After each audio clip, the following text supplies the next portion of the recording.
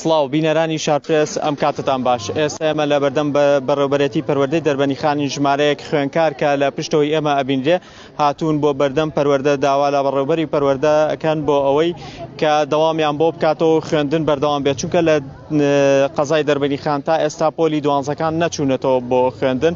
ئێستا ئێمە بۆ ئەم بابەتە خوێندکارێکمان لەگەڵایە گفتوگۆی لەگەڵەکەن. بەخێربێ باشی. زۆر سپاس. زۆر باشە. ئێوە بۆچی ئەمڕۆ هاتوونەتەوە بەردەم بەڕێوەبەرێتی پەروەردەی دەربەنیخان؟ بەڵێ ئێمە ئەمڕۆ هاتوین داواکاریمان ئەوەیە بیگەین بە بەڕێز هەم وەزیری پەروەردەی حکوومەتی هەرێمی کوردستان و هەم بەڕێوەبەری پەروەردەی قەزاکەمان بۆ ئەوەی خوێندن لە ناوەندەکانی خوێندن دەست پێ بکاتەوە، چونکە ئەوا ماوەیە کە تێپەڕیوە هێشتا پرۆسەی خوێندن دەستی پێ نەکردوێتەوە. هیوادارین مامۆستاکانیشمان ئەوە بە ئەرکی خۆیان بزانن. ڕاستە ئەوانیش هەندێک مڕاعاتیان هەیە کە معاش وەرناگرن و مافی خۆیانە، بەڵام هیوادارین هەست بە لێپرسراوێتی بکەن بەرامبەر خوێندکاران و هەستی نیشتیمانی بۆ ئەوەی بێنەوە ناوەندەکانی خوێندن و خوێندنی ئەم ساڵمان نەفەوتێت. زۆر باشە. ئێوە دوای ئەوەی کە لەگەڵ بەڕێوەبەری پەروەردەی دەربەنیخان گفتوگۆتان کرد، ئەو پێیوتن چی، یعنی ئێوە پشتگیری کردن بۆ ئەوەی داوام بکرێتەوە؟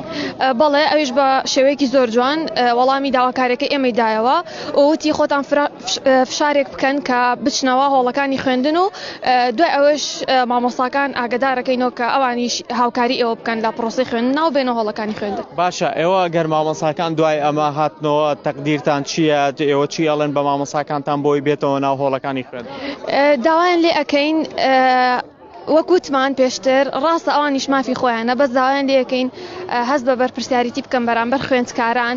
ئێمەش ناکرێت تەلەبەی وایە 2 ساڵەیە ناکرێت هەم دووبارە ساڵێکی تری بفەوتێ. هیواداری ئەوانیش هاوکاری ئێمە بکەن. زۆر سپاس.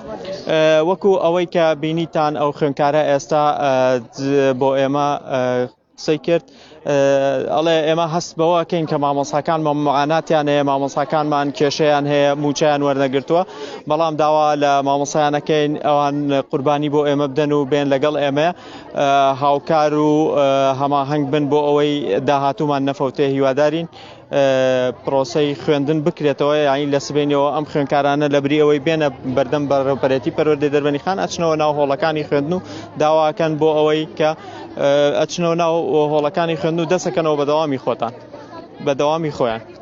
دەست خۆش.